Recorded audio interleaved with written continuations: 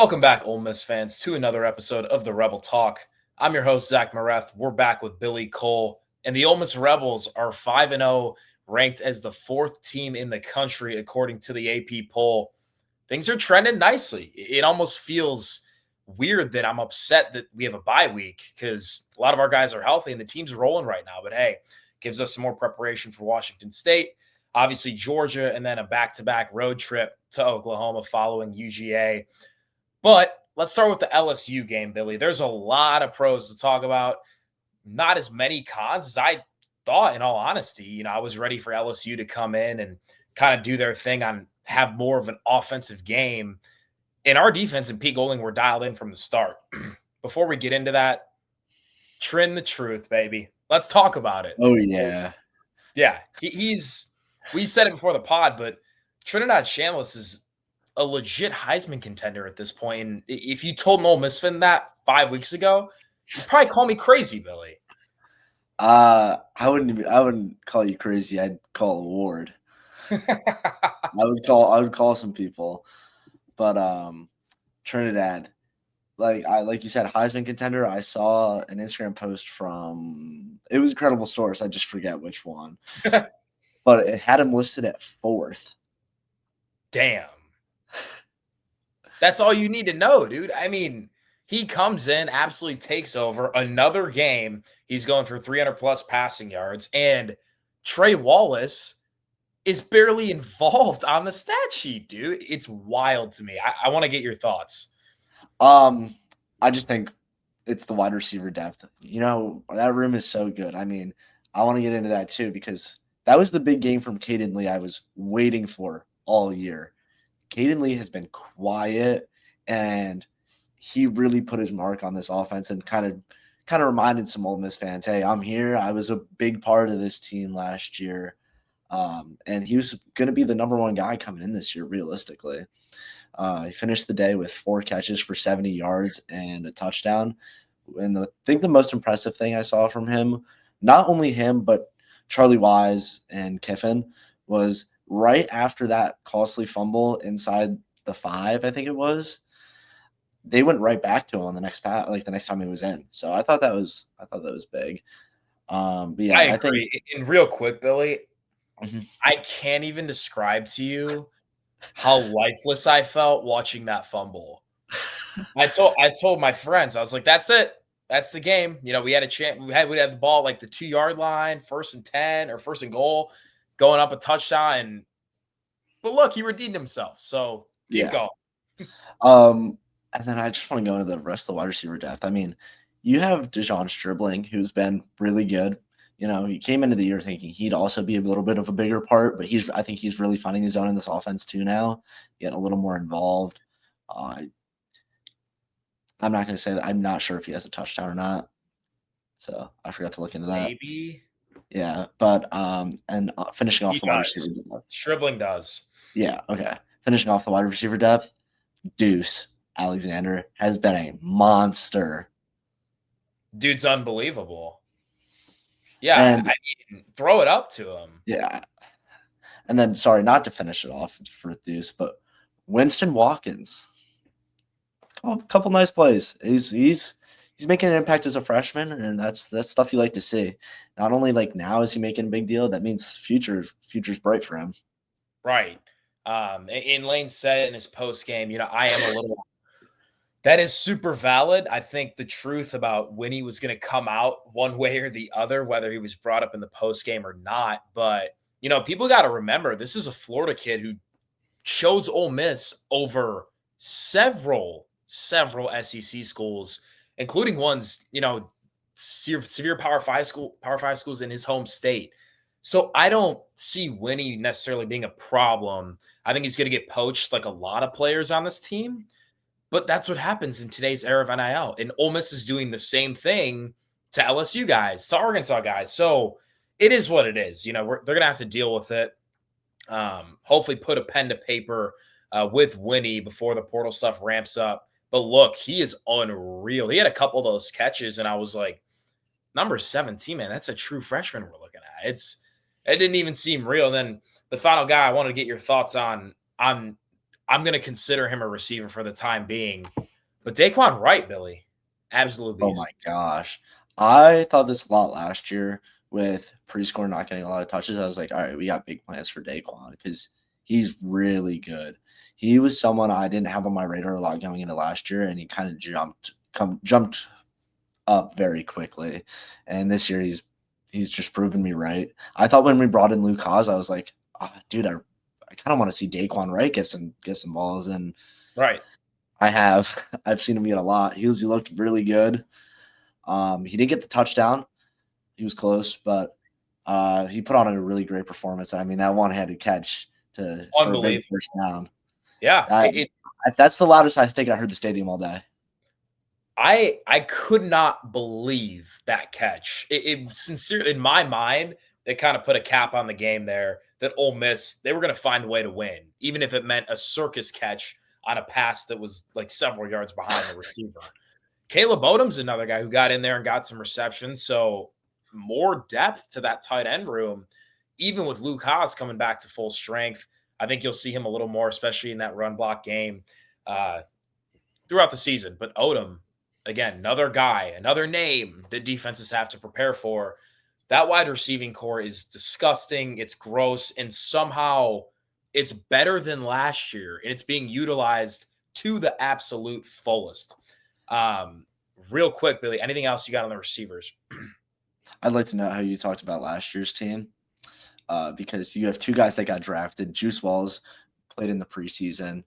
Prescorn is back on the Buccaneers. Like, that was a loaded NFL talent squad. Yeah. And somehow they got better.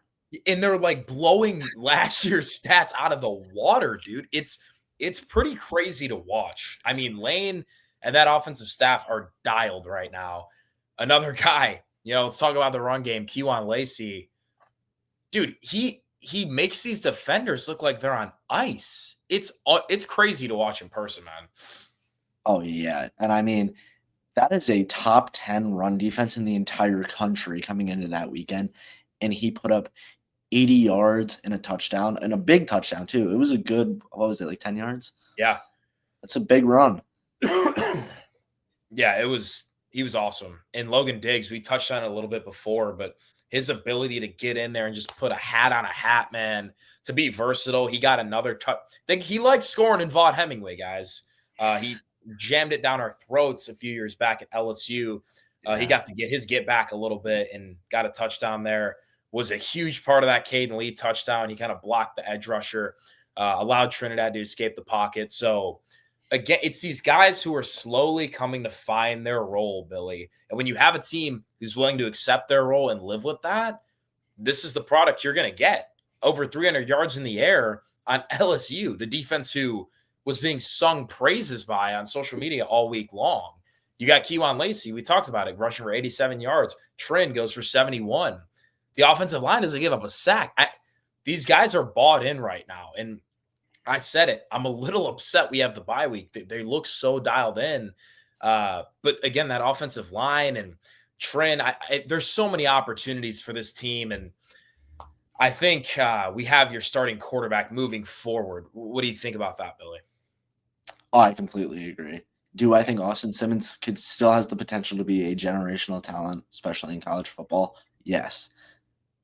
But currently, Trinidad Chambliss is playing at a level that is so high, there's no possible way you can take him out of the lineup, out of a game at all. He looks so good in there. He's a seasoned veteran. He's got, everyone says his D2 national championships. That's like a real thing. But the way he's translating into SEC play, he looks like he's never touched, like it looks like he's only touched an SEC field in his career. And it's the most impressive thing I've ever seen. It's pretty funny. All week, LSU fans were talking about how they weren't going to lose to this D2 quarterback. And he just shows up and he's doing whatever. He was playing around with them, dude. And even when he's not making throws, it's just his ability to escape those 10-yard sacks, his ability to fake an RPO and take it for a quarterback draw 7 yards down the field. Like, I love Austin. I think he has, you just said it, dude, definitely a chance to be a Heisman winner one day, an NFL starting quarterback. But right now, that run ability is something we haven't seen at Ole Miss for a long time, well into the Matt Corral days when he was dicing people up as a dual threat guy. And now you have it back. It's like having a second running back, even when the throws aren't being made. And then you got him. I mean, I want to take everyone back to that third down throw to Trey Wallace where he threads the needle between linebackers and a safety.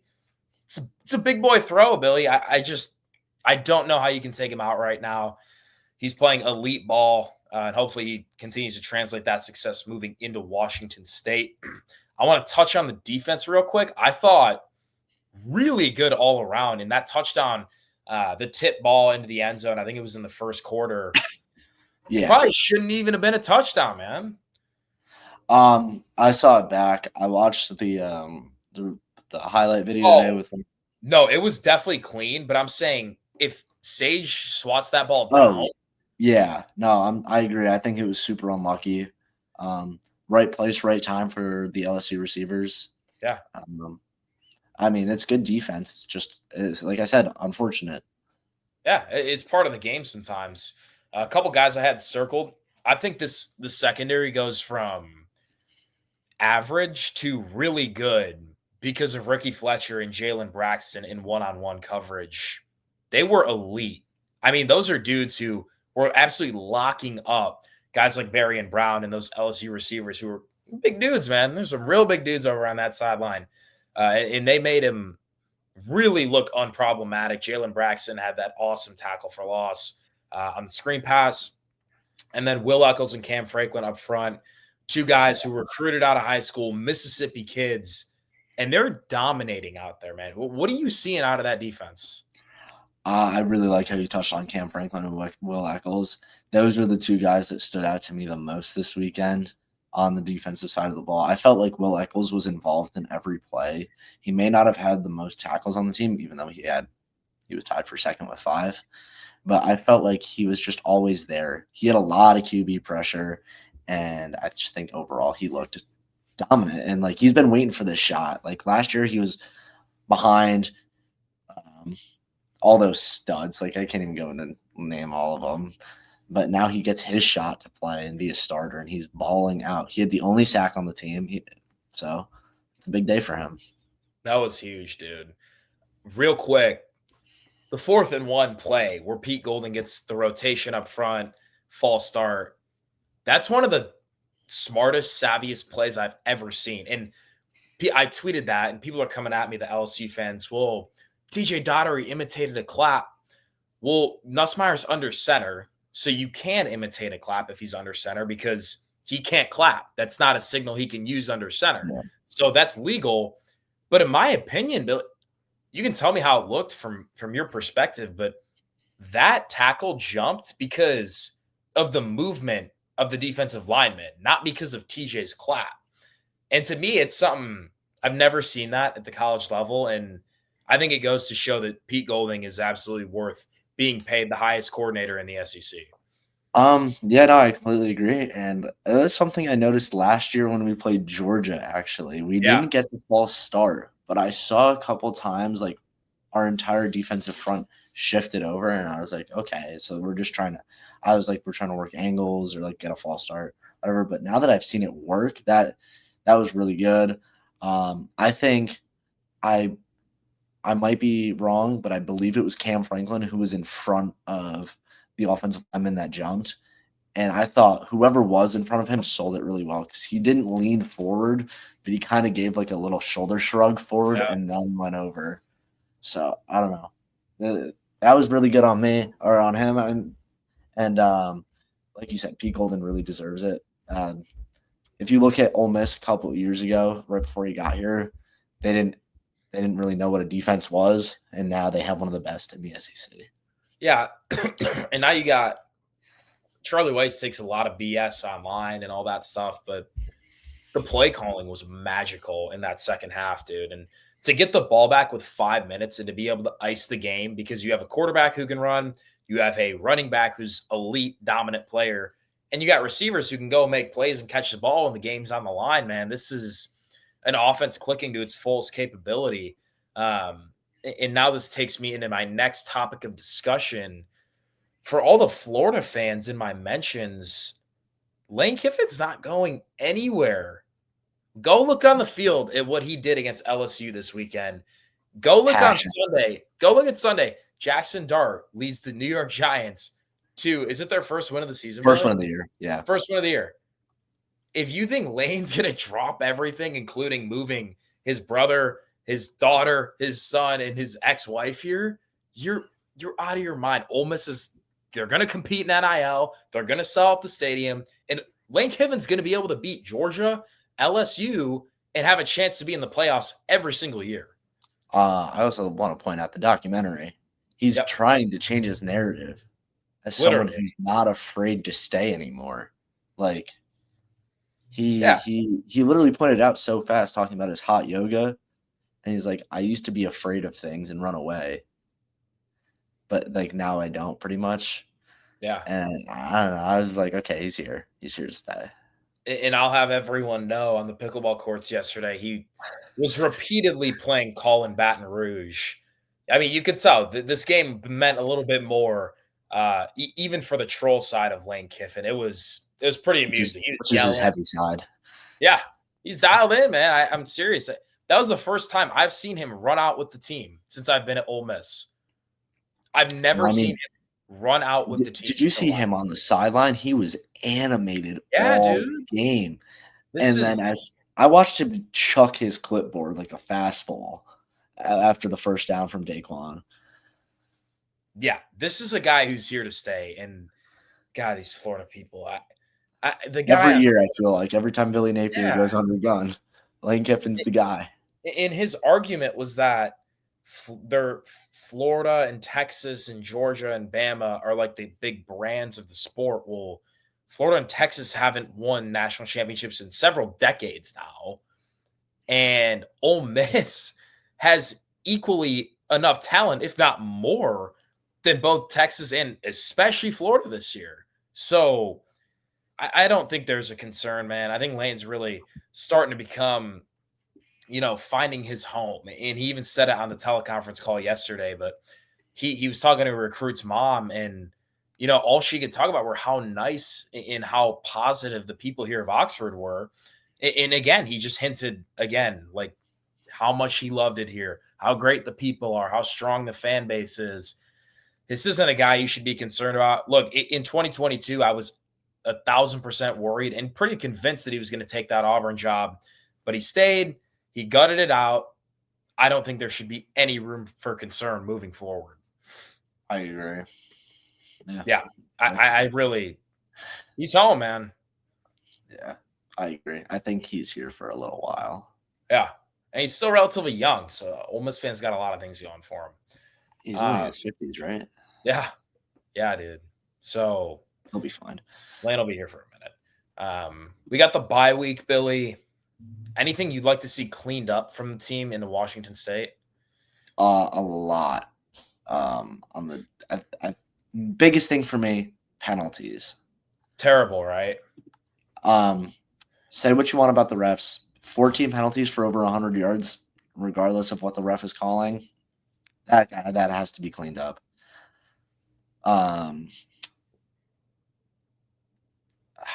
What else? I don't really have much. I think the secondary has kind of shut me up a little bit. I was a little like, oh, they didn't really get better, but they did. After watching this weekend with the return of Jalen Braxton, I think he's such a pivotal factor. Like, dude, I looked at the field. Good. Yeah, I looked at the field. I was like, who's number 2? And it's Jalen. I was like, dude, this guy looks like a dog out there. And you got him and Ricky. I mean, they're absolutely locking it down in man coverage. And then you got your zone guys like Sage and Gushikin over at safety who always have things under control. So also Jaden Yates, absolute beast, did a great job playing alongside of TJ. The defense is just, they're clicking. The team is clicking. Yeah, fix some penalties and all is well, man. Anything else you got for the fans before we wrap up, Billy? I got to shout out the big boys up front on the offensive side. We did not give them any love when we were talking about the offense. I really zeroed in on that, especially when I thought it was a run situation. They looked so good. And it's such a major change for me how they've improved so far this year. And we didn't give them any love, and they need it. They played phenomenal. Huge shout out to John Garrison. I never thought I'd be saying this on this podcast. John Garrison, you've got these boys in check. Don't get me wrong. Trinidad's ability to run and Kiwan, it's helping them tremendously, but the pocket they're giving Trinidad to throw, man, it's sky's the limit when they're playing like this. So hopefully we can stay healthy, put BTA, if you will, to Washington State. And then look, man, Georgia, Oklahoma, you don't even know if John Mateer is playing for Oklahoma. And if he is, he's probably not all the way healthy. It's going to be crazy. And those are two games that are, probably going to decide the fate of where Ole Miss is ranked and where they're going to position themselves when these ESPN playoff rankings start to come out here. So again, you guys continue to stay tuned, show love to the Rebel Walk, Twitter, YouTube channel, all that good stuff. Billy, anything else, boss? It's all good for me. Sweet, man. We'll come back to you guys with another episode this week. Be sure to leave a like, subscribe, and comment. And as always, hotty toddy and go Rebs. Thanks, guys.